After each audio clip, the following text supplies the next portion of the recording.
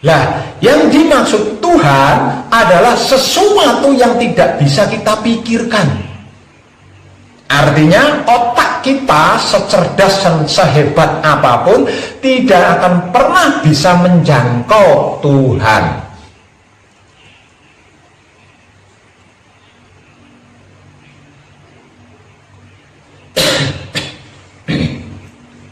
Jadi jangan pernah berpikir atau membayangkan Tuhan itu seperti ini, seperti itu, seperti bla bla bla bla bla bla.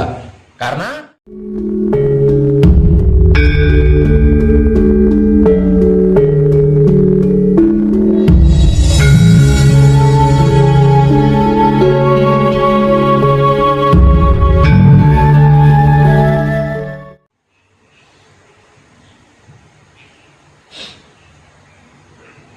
tersebut 4 anasir dan hidup.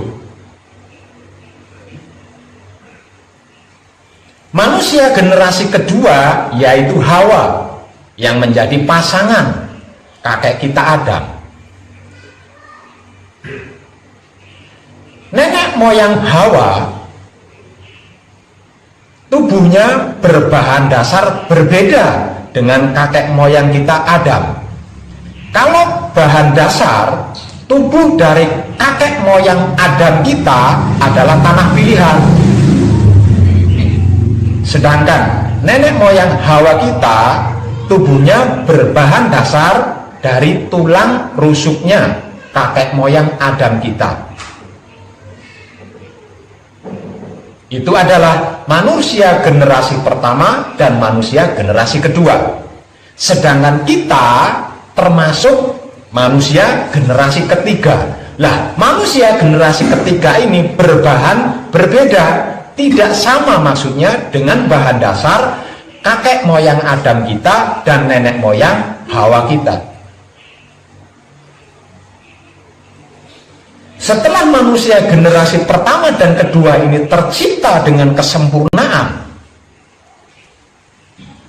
langkah selanjutnya, dengan waktu yang tidak sebentar, Tuhan menitipkan cinta kasih sayang kepada kakek moyang kita Adam. Dalam jangka waktu yang tidak sebentar juga, kemudian Tuhan menitipkan cinta kasih sayangnya kepada nenek moyang Hawa kita.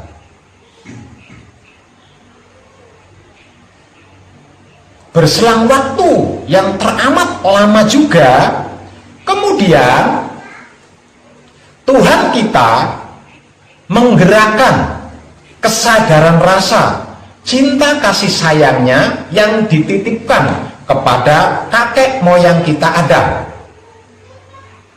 Kemudian menggerakkan juga kesadaran rasa cinta kasih sayangnya yang dititipkan kepada nenek moyang Hawa kita. Kemudian kedua kesadaran rasa cinta kasih sayang ini dimanunggalkan, lalu lahirlah kita, terciptalah kita yang kemudian dibekali sama, yaitu wahyu pancagaib, 4 anasir dan hidup.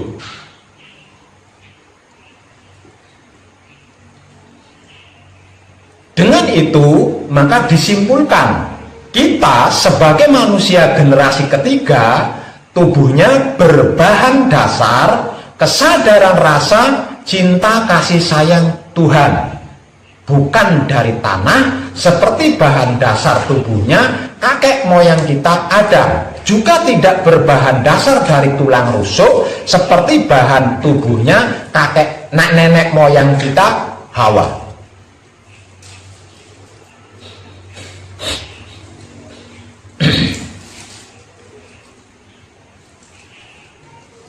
Nah, kalau bahan dasar tubuh kita, yaitu kesadaran rasa cinta kasih sayang Tuhan ini sampai lupa, sampai tidak tahu, ya selama itu tidak tahu diri, nggak punya malu, nggak punya moral, dan lain sebagainya.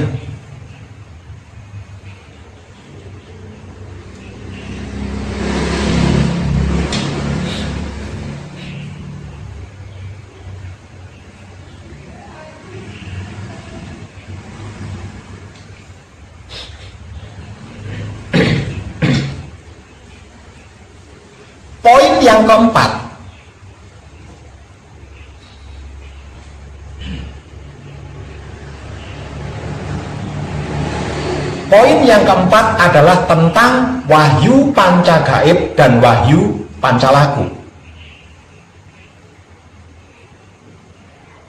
Seluruh putra kekudangane Rama, tidak terkecuali para pelaku spiritual, bahkan orang awam sekalipun, harus tahu bahwa wahyu pancagaib adalah wahyu pertama yang turun ke dunia, wahyu tertua. Sebelum wahyu-wahyu lainnya diturunkan ke dunia, wahyu pancagaib ini diturunkan lebih dulu sebagai penggerak manusia. Sedangkan penerima pertamanya adalah kakek moyang kita Adam. Penerima keduanya adalah nenek moyang kita Hawa. Sedangkan penerima ketiganya yaitu diri kita sendiri.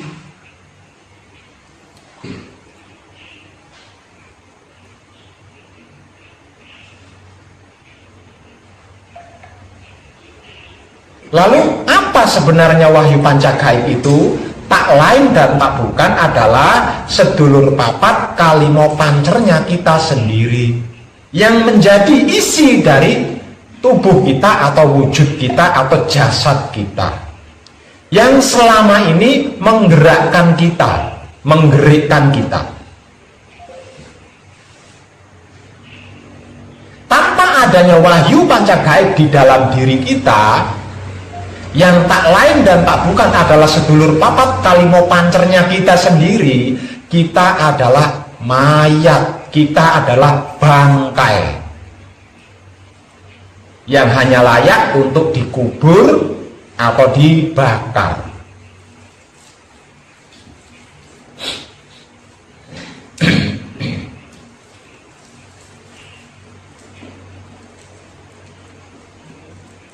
Poin yang kelima adalah poin yang terakhir, yang merupakan poin paling utama, poin paling penting setelah 4 poin yang sudah saya informasikan tadi, adalah tentang Tuhan itu sendiri.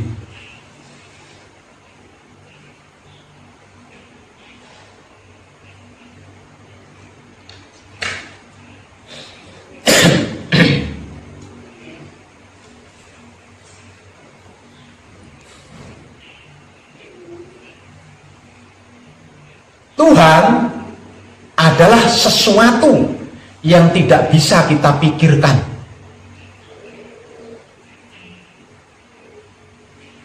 Artinya, yang dimaksud Tuhan adalah sesuatu yang tidak bisa kita jangkau dengan pikiran otak kita. Siapapun dia, tidak peduli itu putra kekudangane Rama atau pelaku spiritual, bahkan ahli spiritual sekalipun, tidak akan pernah otaknya bisa menjangkau yang disebut Tuhan. Kalau otak manusia bisa menjangkau Tuhan, berarti itu bukan Tuhan yang dijangkau, tapi halusinasinya sendiri, hayalannya sendiri. Kalau Tuhan yang asli, Tuhan yang sesungguhnya, tidak ada satupun otak makhluk yang bisa menjangkaunya.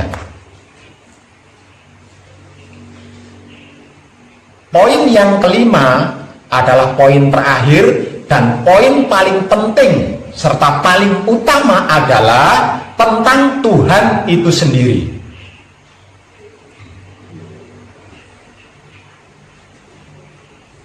Lah, yang dimaksud Tuhan adalah sesuatu yang tidak bisa kita pikirkan. Artinya otak kita secerdas dan sehebat apapun tidak akan pernah bisa menjangkau Tuhan.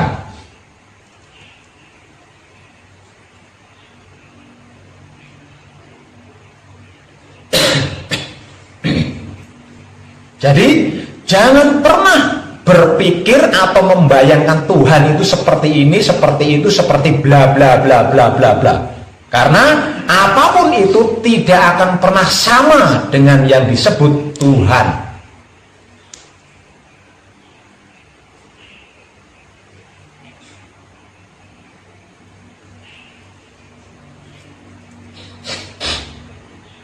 Jadi jangan pernah coba-coba mengira-ngira, membayangkan, berhayal tentang Tuhan, karena itu hanya percuma belaka.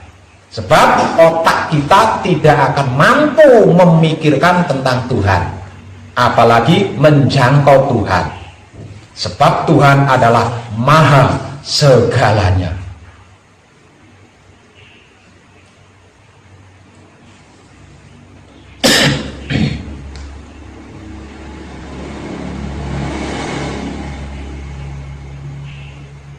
Namun Tuhan yang dimaksud Tuhan ini ingin dikenal oleh makhluk yang diciptakannya. Namun betapapun Tuhan yang saya maksud tadi, dia ingin dikenal oleh seluruh makhluknya, terutama manusia. Sebab karena itu Tuhan menciptakan manusia, dikarenakan Tuhan ingin dikenal oleh makhluknya.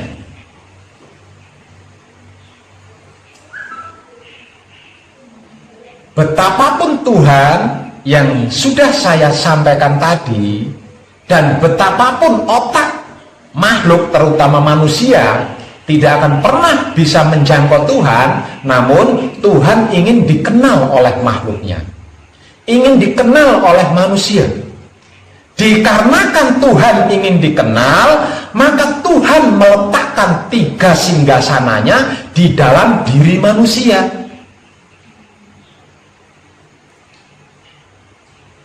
Dikarenakan Tuhan ingin dikenal oleh makhluknya, maka Tuhan meletakkan 3 singgasananya di dalam diri setiap manusia.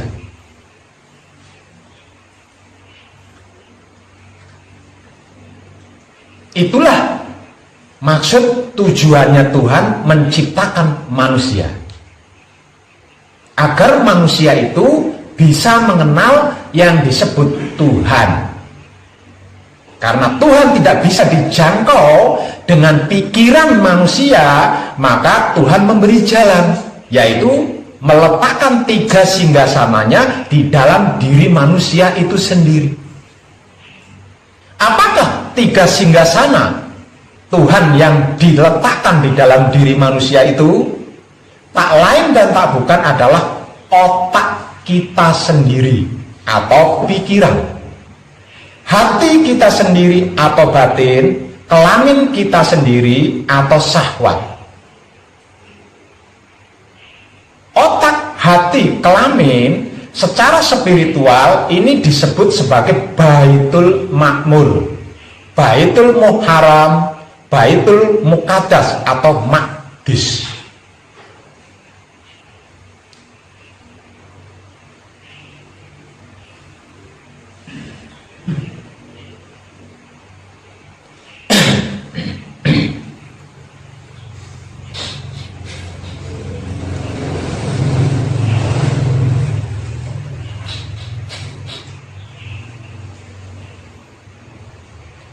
Setiap manusia hidup, terutama putra kekudangane Rama dan seluruh pelaku spiritual, bahkan orang awam sekalipun, jika sampai mengetahui 5 poin yang sudah saya sampaikan ini, sangat mustahil dia melakukan keburukan dalam bentuk apapun.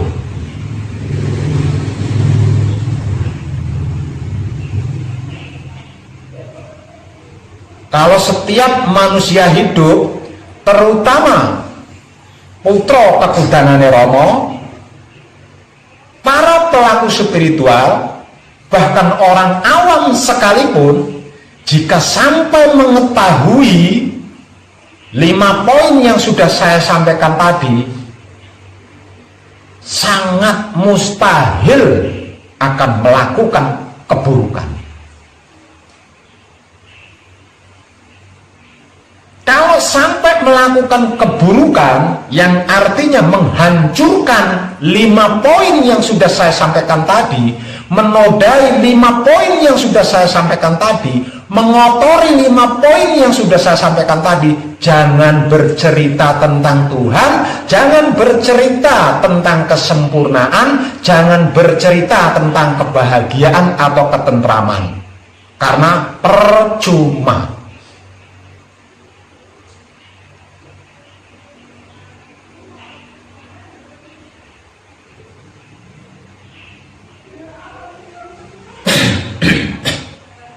Sebab itu tidak sedikit sesama putra Romo, bahkan sesama putra kekudangane Romo, saling membuli, saling menghina, saling memfitnah, saling mencari-cari kesalahannya masing-masing. Itu dikarenakan belum mengetahui 5 poin yang sudah saya sampaikan tadi. Begitu juga dengan mereka-mereka yang sedang berspiritual. Sesama pelaku spiritual saling sikut-sikutan, saling baku hantam, saling menghina, saling membuli, saling dendam, saling benci, saling memfitnah, saling mencari-cari kesalahan masing-masing. Itu dikarenakan belum mengetahui 5 poin yang sudah saya sampaikan tadi.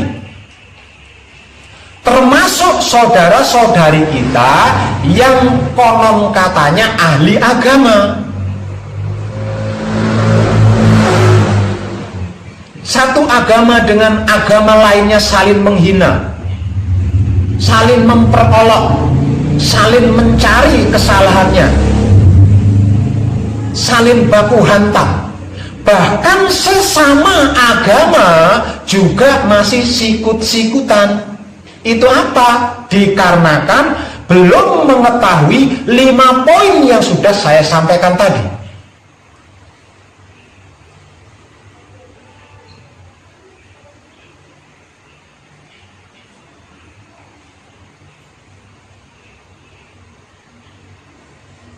Selama belum mengetahui 5 poin yang sudah saya sampaikan tadi, maka selama itu kelakuannya ya seperti itu.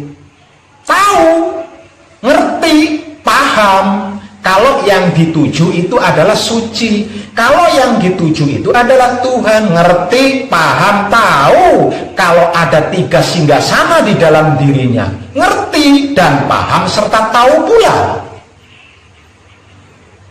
bahwa laku atau spiritual arti maksudnya adalah mencari suci atau membersihkan diri. Tahu, ngerti, paham. Tapi selaku-lakunya, sespiritual-spiritualnya tetap saja asik mengfitnah sana sini, dendam sana sini, benci sana sini, mencari-cari kesalahan orang lain, menilai orang lain, menghakimi orang lain, mengadili orang lain, bahkan mengadu domba. Kira-kira menurut panjenengan ketemu nggak kliknya jika prakteknya seperti itu? Inilah yang terjadi di seluruh dunia. Inilah yang sedang terjadi di seluruh dunia. Semua yang beragama, semua yang berkeyakinan, semua yang berspiritual, semua yang sedang laku kunci, bahkan orang awam sekalipun belum mengetahui 5 poin yang sudah saya sampaikan tadi. Karena sebab itu tidak sedikit yang terlena dengan keasikan saling fitnah, saling dendam, saling benci, saling menjatuhkan, saling menghujat, dan lain sebagainya. Lah, kita sebagai putra kekudangane Rama harus tidak lupa tentang ini, karena ini adalah barometernya.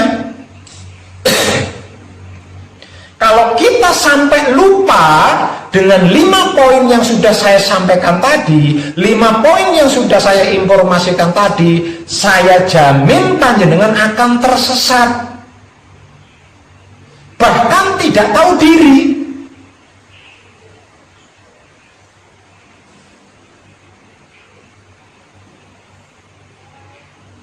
Namun kalau kita bisa selalu mengingat 5 poin yang menjadi intisari patinya hidup di dalam kehidupan dunia ini, segerak-geraknya, segerik-geriknya, yang menggerakkan dan yang menggerikan adalah wahyu pancagaib itu sendiri.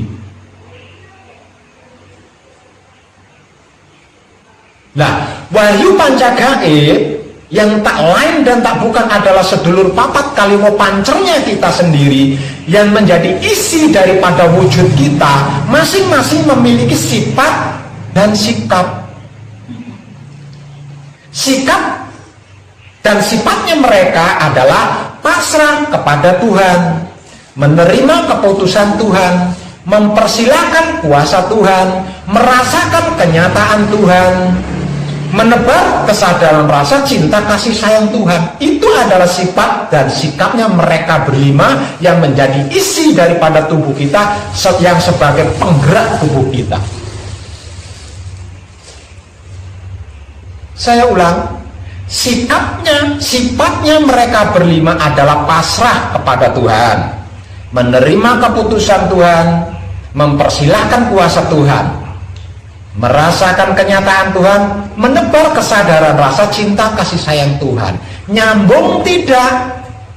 Kalau kelakuan kita di dalam prakteknya saling bully, saling fitnah, saling dendam, saling benci, saling menjatuhkan, menghancurkan, nyambung tidak kira-kira?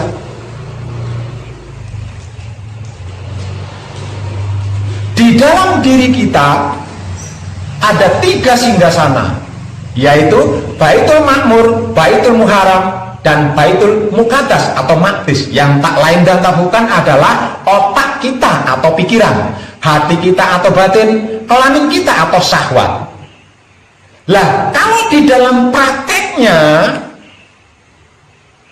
kita saling gontok-gontokan, saling fitnah, saling bully, saling menghakimi, saling menghujat, saling mengadili, nyambung tidak kira-kira?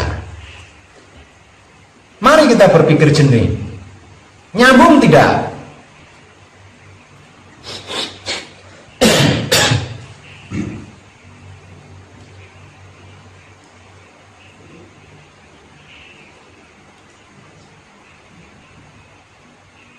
Bahan dasar tubuh kita adalah kesadaran rasa cinta kasih sayang Tuhan.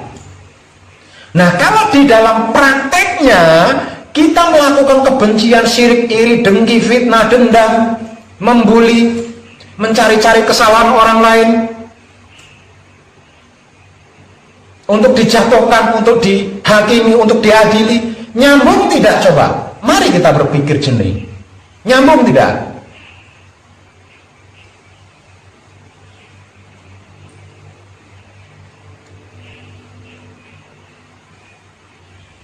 Lah kalau asal usul sangkan paraning dumadinya kita adalah suci, berbahan dari suci, dicipta dengan suci, didesain atau dirancang untuk suci, dan diharuskan kembali kepada suci, nyambung tidak? Kalau di dalam prakteknya kita saling hujat, saling iri, dengki, syirik, benci, fitnah, mencari-cari kesalahan, nyambung tidak? Mari kita berpikir dengan jernih.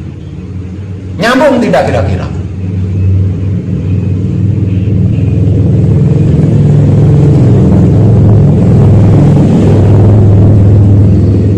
Itu loh, 5 poin ini loh, jiwa raga manusia yang sejati. 5 poin yang sudah saya sampaikan tadi itu loh, jiwa raganya manusia sejati, manusia yang sesungguhnya maksudnya.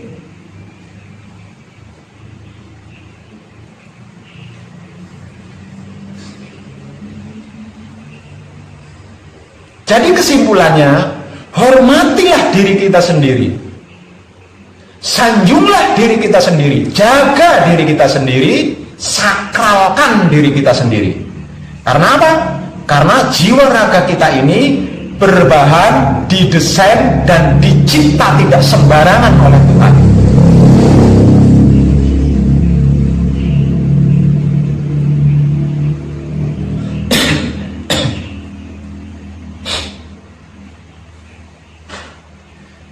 Belum mengetahui 5 poin yang sudah saya sampaikan, atau sudah mengetahui kemudian lupa dengan 5 poin yang sudah saya sampaikan, tidak usah bercerita tentang Tuhan, tidak usah bercerita tentang kemuliaan di dunia, karena hanya capek yang akan kita dapatkan.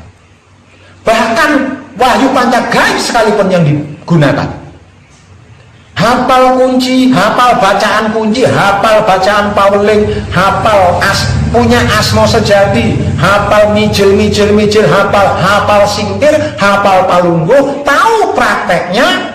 Jika 5 poin ini tidak sesuai dengan prakteknya, belgedes.